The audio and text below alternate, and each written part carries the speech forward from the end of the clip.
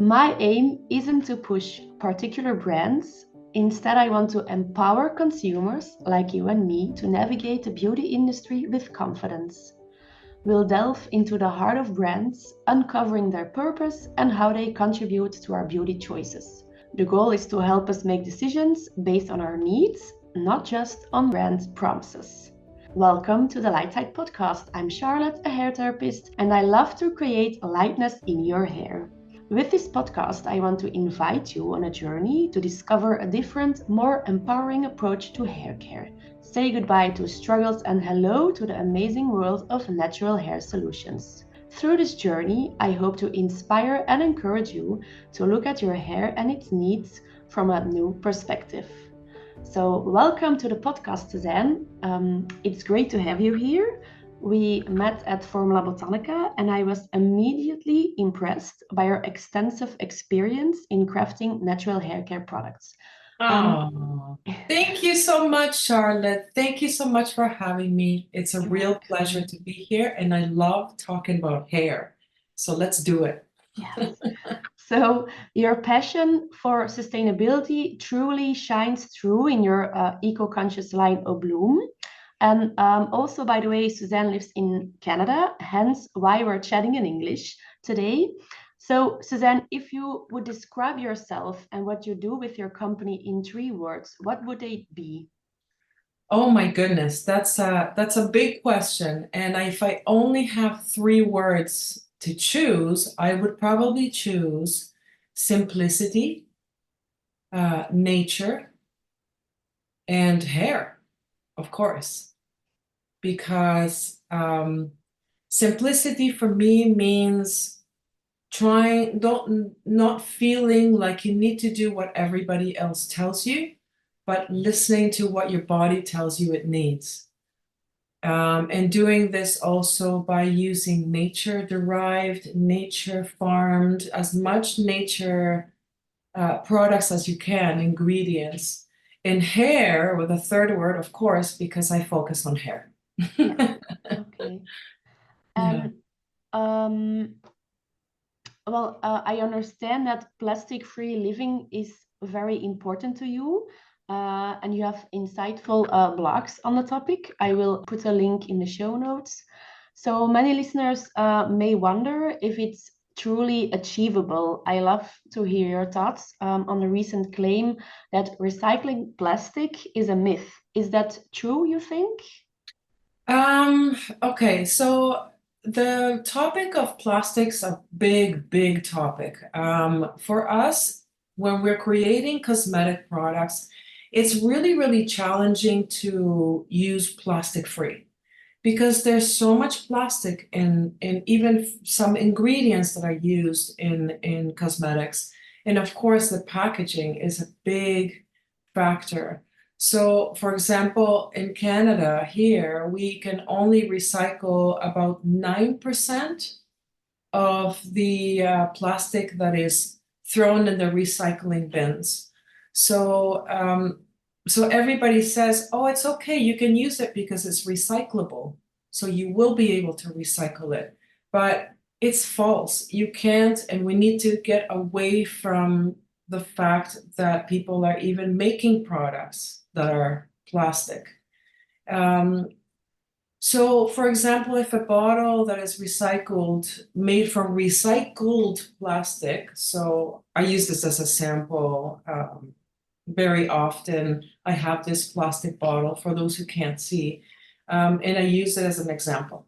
If this is claimed to be made with recycled plastic, so plastic that has been, thrown in the recycle and repurposed, then it cannot be recycled again.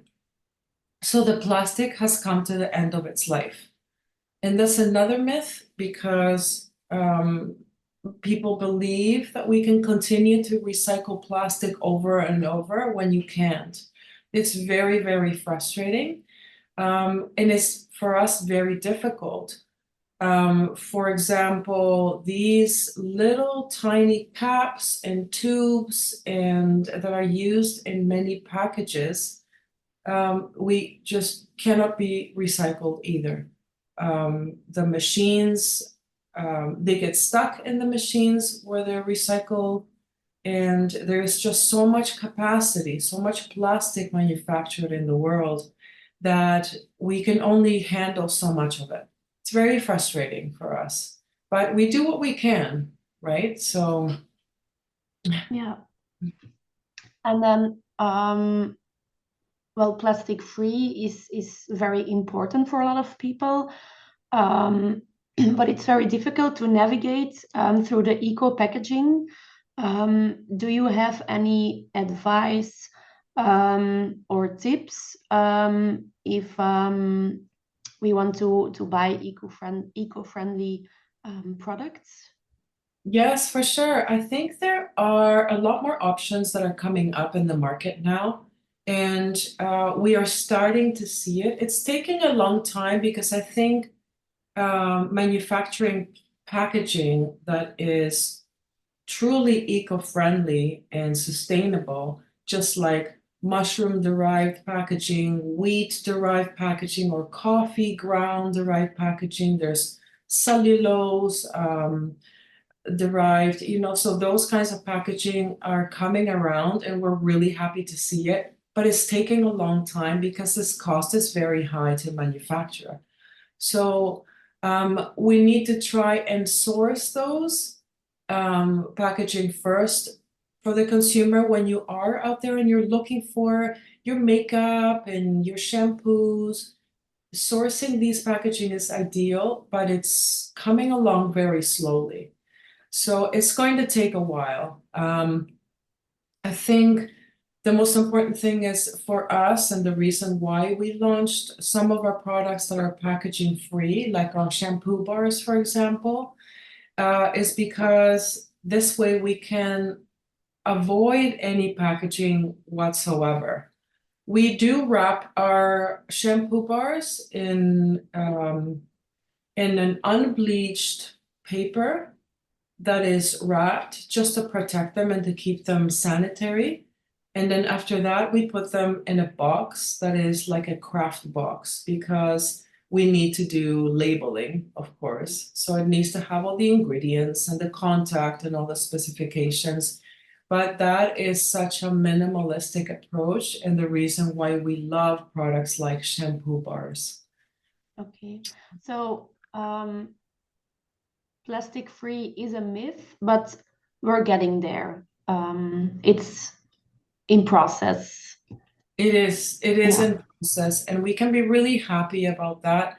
And it does cost a little bit more, but I think the cost pays off because we are sustaining and we are supporting this industry. Okay. And it's And again, like I said, it's difficult because we are making cosmetic products, but we are also responsible for what we package them in. mhm. I don't think enough cosmetic manufacturers think about that or really care about that. And it is really upsetting because the average consumer is going to the drugstore, the supermarket to buy their products, and they're finding a wall of plastic bottles. So they feel they don't have a choice. So I think if you're going to feel that way, then you need to start possibly looking at local sources online to see what's available to you nearby that you can buy that isn't all plastic. There are some of us making the effort, and it does cost a little bit more, but it's worth it for many reasons, right? Mhm. Yeah. And what do you think about the term greenwashing? It's something that we hear quite a lot here in Europe. Is that in Canada as well? Yes, I think it is in Canada. I think it's everywhere, the greenwashing, because there's a big misconception between what is clean, green, organic, sustainable, circular. There are so many different terms that people don't necessarily know.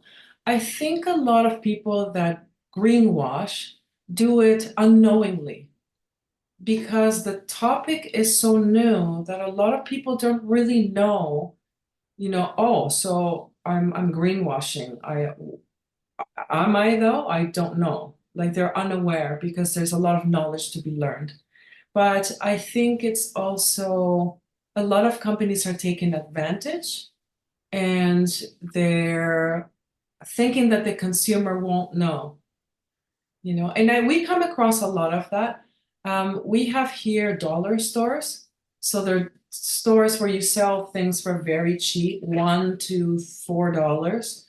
And I've come across a very well-known brand of hair products that started selling scrunchies. They're the elastics for the hair.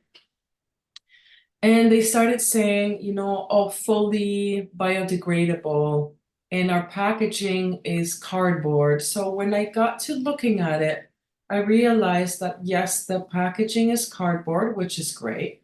The fabric is cotton, which is good, but not as good as organic cotton.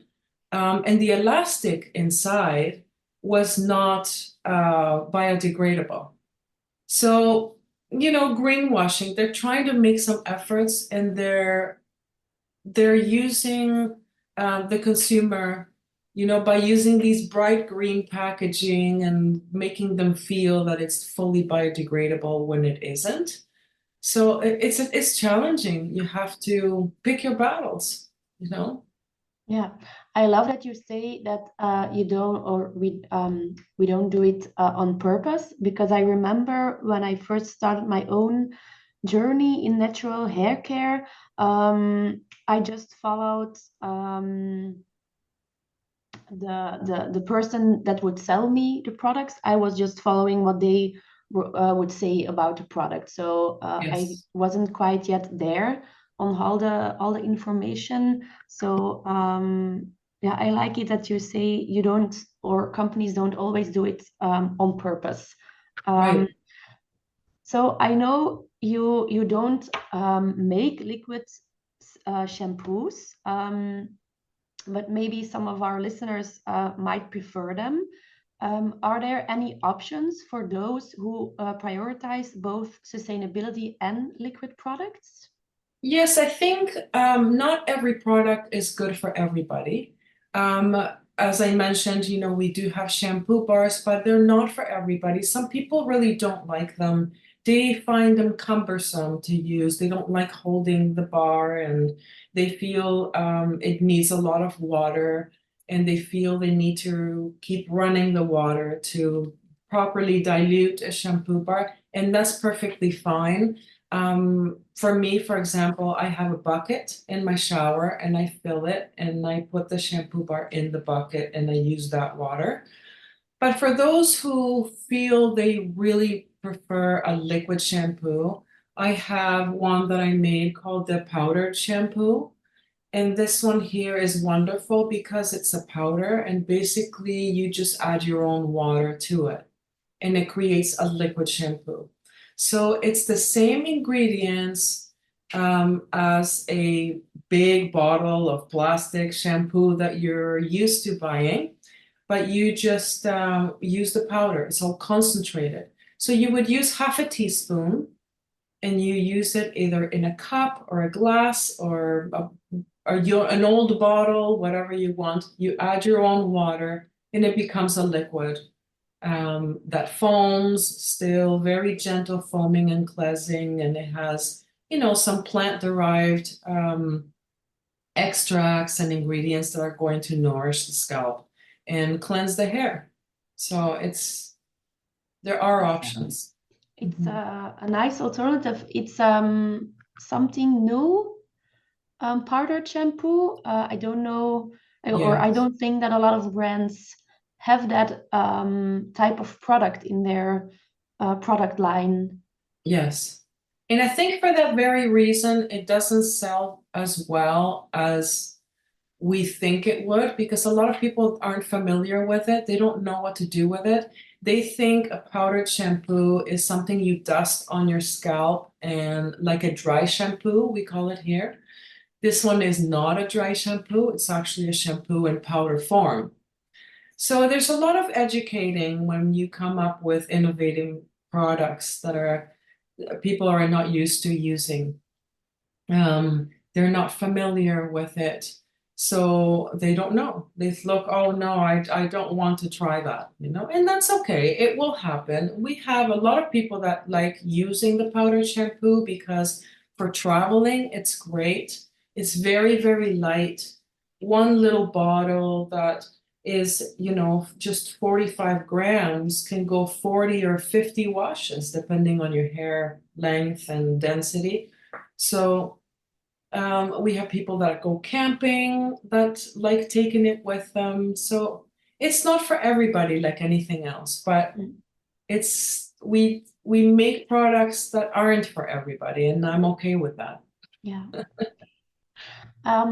We talked about plastic free, about a little bit about eco packaging. What about labels and certification? I understood that depending on which country you are, you have all kind of different labels. But I guess like eco and organic certified, maybe you have them in Canada as well. Mhm. Um, do they hold value for consumers, or is it just primarily serving marketing stuff? I think it depends on the label. So for example, here, our rules with cosmetics are very light compared to countries in Europe and many other countries. So here in Canada, we can make our own products at home if we want to. There is no regulation to somebody coming in and checking your lab. And that's a little bit of a problem, obviously, because there's nobody ensuring that your products go through stability testing and microbiology testing, which they really need to. Um, but we do have to register our products with Health Canada, and Health Canada is our governing body for cosmetics. So everything that we sell, even things that we gift to other people, are supposed to be registered with Health Canada, and we have to provide all the ingredients to them and the percentages. So it's okay from that standpoint.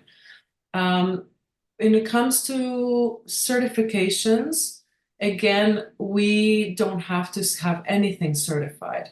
The only thing that we do have to have certified is if we use the word organic. So I make organic shampoo, then I have to have it organically approved. And there are governing bodies that will do that, that have to certify your ingredients to be at least 95% organic, for us to be able to have it organically certified. So that's pretty much the only one. Um, so, and it's quite a lengthy process, and it is a high cost to have things certified organic. For me, for example, my products are registered with PETA. PETA is, you know, so there's no animal testing in our products, and we've had to send them certifications from our suppliers that their ingredients are not have undergone animal testing. So we are PETA certified. Um, all our ingredients are EcoCert and Cosmos certified. And for those who are not familiar, they are some of the most strict certification bodies for ingredients. So they certify that the ingredients that are listed on their websites have undergone, are naturally accepted. You can also certify your products through EcoCert. It is a lengthy process, it is quite costly, and you have to have your ingredients all EcoCert certified. So we are going through that process, but haven't gone there yet. Because like I said, it's costly and it's lengthy process. So yeah, so I mean, it's difficult. It's difficult to know which certifications to use and which to trust when you're a consumer. I think you have to do your homework like everything else. and understand the certifications, because it's not enough just to see a certification on a side of a bottle. You have to understand, and it has to align with your values. But it's very important for you to have it then on your products. It has value. So if I want Yes. if I have two products, the one has a certification and the other doesn't, it serves the customer. It's not it really serves the customer. Yes. And yeah, okay. Yes, I agree with you. And I think it's a process because we launched our line a year and a half ago. We've been working on our products for over 4 years before we launched, and we have over 35 products. But launching an indie beauty brand is a financial investment. You have to have the money, you have to have a lot of time invested as well into marketing. So it's a process. We launched with 4 products only because every product has its own bottle, its own label, its own ingredients, its own certifications, its own. So it is from brand owner perspective, you have to pick your battles. Again, like I said before, it's one of my favorite saying, pick your battles. You have to launch your brand and put it out there and create your website and create beautiful products and the certifications come after that.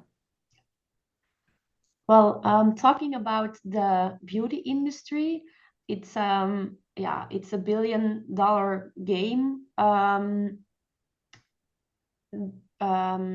There are a lot of health issues, hair and skin issues.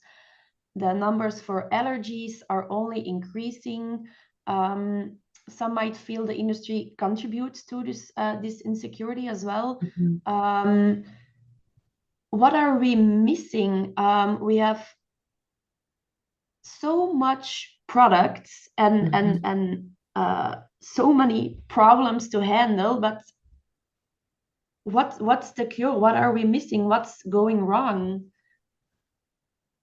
Oh, I think there's a little bit of a disconnect between the products we use and the products we feel we need to use. Um, because we're told from a very young age that we need to bathe every day, that we need to use all these products on our body, and that we need to use makeup to look good on our faces, and our hair needs to look a certain way. I think people that are of color, for example, have really struggled with this because they have been told their hair isn't pretty and their skin is wrong. I think people that are of Asian descent have had a difficult time as well because they were told that their hair shouldn't be greasy and they need to shower twice a day. So I think the way that we're raising our children is what I'm saying needs to change, and we need to understand that the less that we do to our skin and to our bodies, the better, right? So I think, like when you're asking, it's a multi-billion-dollar industry. Yes, it is. And this is why, for me, it was so important to start with skinimalism and to, use less, wash less, and don't feel embarrassed if your scalp is greasy one day, you know? Um, your body knows what it needs. Your body tells you. And the first sign is, for example, when you're getting a cold. When you're fighting a cold, your body feels tired. Your body will tell you that there's a headache, and you need to listen to that. Well, I see the same thing as when you use products on your hair and on your scalp. You need to, listen to your skin and your scalp if it's itchy. So you're either using the wrong products, you're using harsh products, and you're harming your scalp, or you're washing too often, or there's something else going on in there. But this is, I think, something we need to go back to is the mental health needs to be relaxed a little bit more. And we need to listen to our bodies. And I mean, you, with the work that you do, you've gone through this as well, right? You listen to people, they tell you their issues with their skin and with their scalp and their hair. And that's a lot of it is because we're using too many products too often and the wrong products for our skin. What do you think, Charlotte? Yeah, I just love the way how, yeah, your answer and how you see it. I Hmm. think we expect too much from a product, Right. and it's confronting to listen to our bodies because it has something to say that we might not like. Yes. Um, and so, yeah, I have had allergies and eczema for all of my life, for all of Oh. I can remember. And I listened to the doctors. I listened to the dermatologist. I used products from a local shop. I used products from fancy shops. I made my products myself. But the second part, so we expect too much from the product, but the second part is what you mentioned earlier, the education. Yes. Education is so important, and um, at the same time, responsibility, because I have a lot of customers that looked something up online or follow Mm. an influencer or following some kind of hair course online, and then they listen to what that person has to say about it, but they then try it out, but um, yeah, to um, I know what you mean because it can be really frustrating. Um, I think it takes a toll on our mental health yeah, when we're told we need to look a certain way and if you don't use this, then you're ugly. Or if you don't look like all the other people on TikTok or on Instagram, then you need to wear more makeup or use more filters, and you need to, it's a little bit frustrating, um, because we want to look good, but we want to feel good. yeah, And if we feel good, I think then we look good to ourselves, yeah, right? So we need to focus a little bit more on how we feel and what things make us feel that way. For example, I had one of my daughter's friends when they were younger. She said she saw me one day putting makeup on and she said, "Why do you wear makeup? Like it's so unnecessary. You need to not wear makeup because we're being told that the only way we're going to look pretty is if we wear makeup, right?" And I said to her, I understand what you're saying, and I think what you're saying is a good thing. Because if it works for you, then don't wear makeup. mhm, You know, I grew up wearing it, so now I feel very naked and very strange when I don't wear makeup.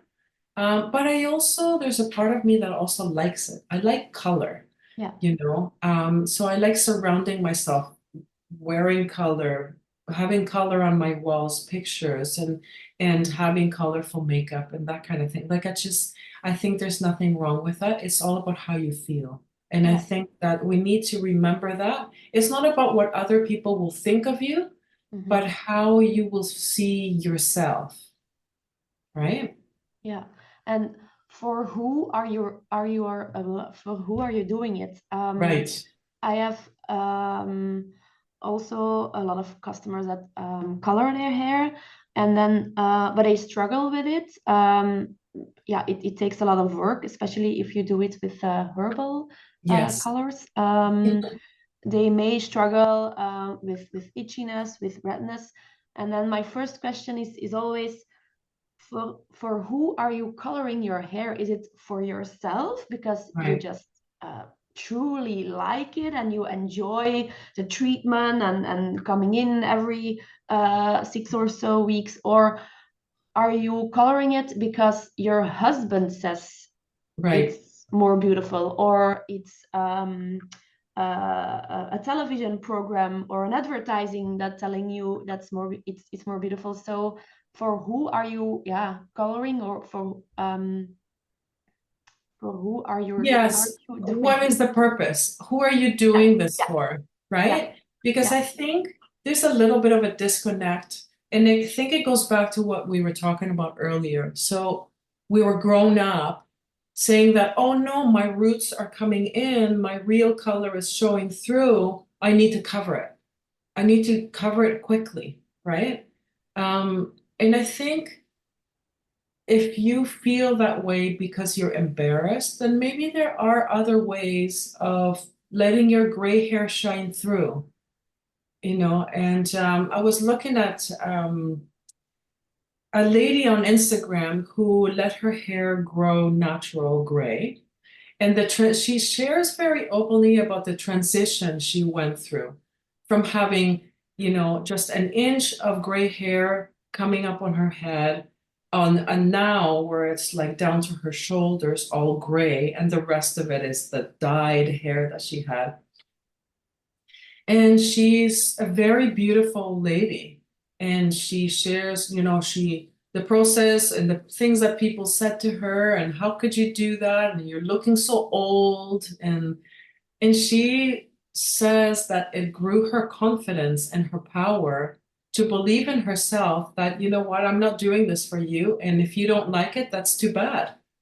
You know, this is for me. I don't want to continue coloring my hair because it damages my hair. So I want to let it be the way it's supposed to be, you know? I think it takes a lot of confidence to do that. You have to be sure about yourself that you're not going to care what people say or think about your hair. But it's a personal choice, right? It's not Yeah, good for everybody. no, and it's also a process. Hmm. I haven't colored my hair in, I think, 5 or 6 years, and I have a white, bleske, Strand, to right, a say it in strand. Flemish. Hmm. And I am losing my pigment in my hair. But I have very long and very thick hair. But I didn't like it anymore, to put all the work in it. And then, yeah, of course, I had reactions, also from my husband.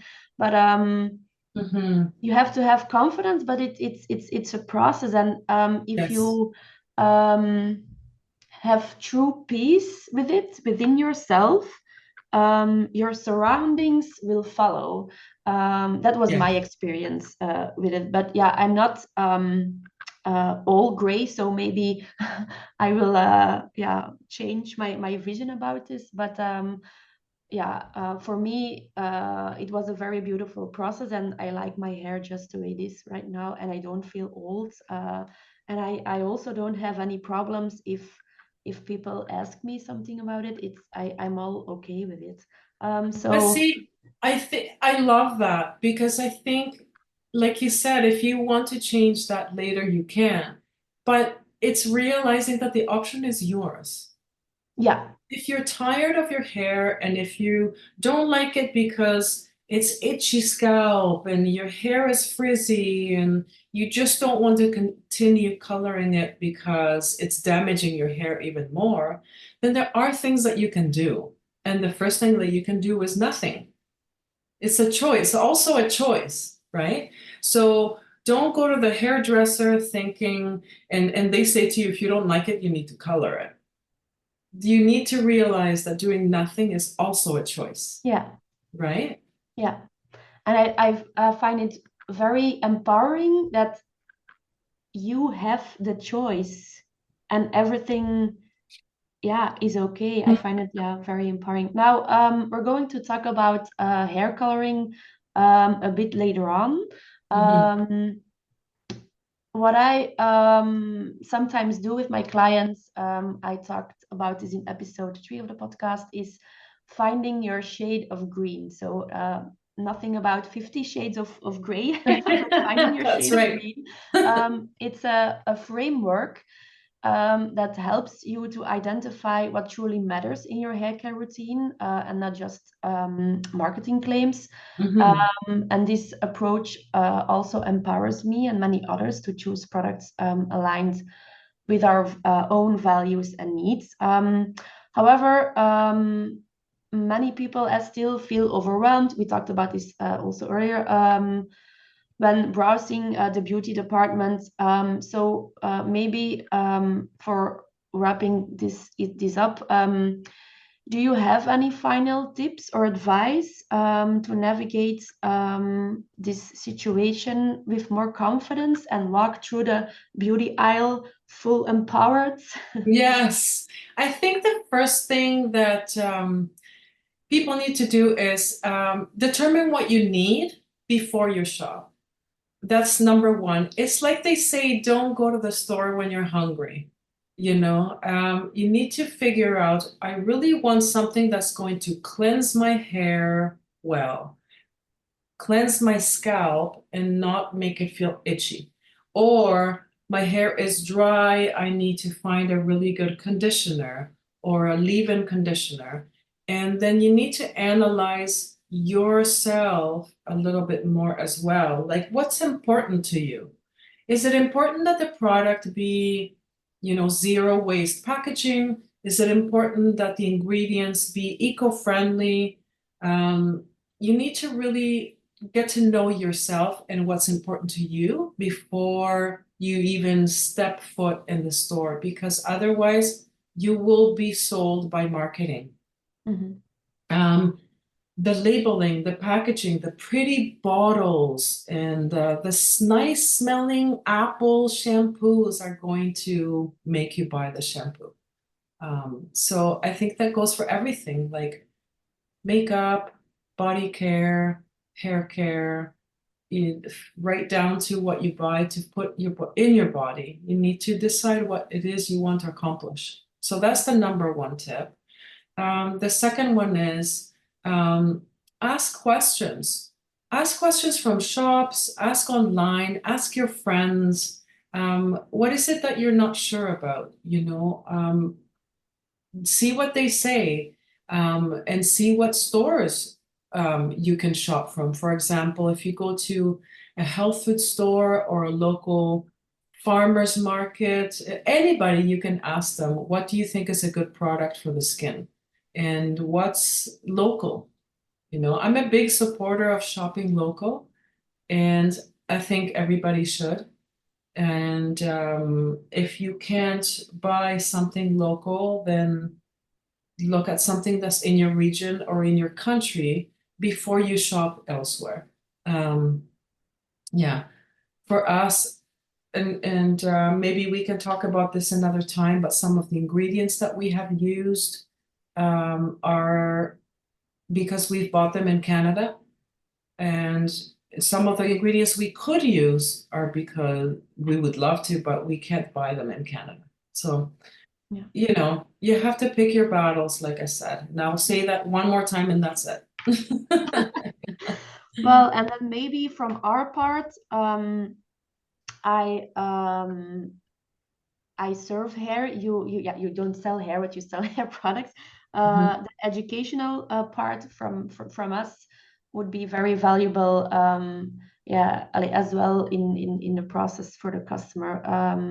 And the concept of finding your shade of green, I think it really would be very helpful for everyone to find their own path, their own way. So, Susan, thank you so much. I know my English wasn't that very good, but I let you do all the Well, it was talking. great. It was perfect. Thank you. Um, it was very lovely and very informative. I will put your contact details and also the link to your blogs in the show notes. But if people want to connect with you immediately, how can they find you? Or where can they find you? Definitely. I mean, we are on every social media channel. We do have a website called True by Nature, is spelled Truuby. youbynature.ca. So if they reach out by email, our phone number is even there. Feel free to reach out. I love getting in touch with people that are curious about ingredients, products, or anything for the hair. And yeah, so please do get in touch. Well, we are going to talk to you again about Yay! coloring hair. So Okay. yeah, we will see you and hear you soon. That sounds wonderful. Thank you so much for having me. Thank you so much for listening to the Lightside podcast. There will be more episodes coming, so be sure to follow this page if you want to hear more. And please do let me know if you would like more episodes in English. It's not my native language, but I really enjoy talking about hair, and of course I can do that in Dutch or in English. To spread my message, I would greatly appreciate it if you would share this episode, leave a review or rate it, because that's the way the online cookie crumbles.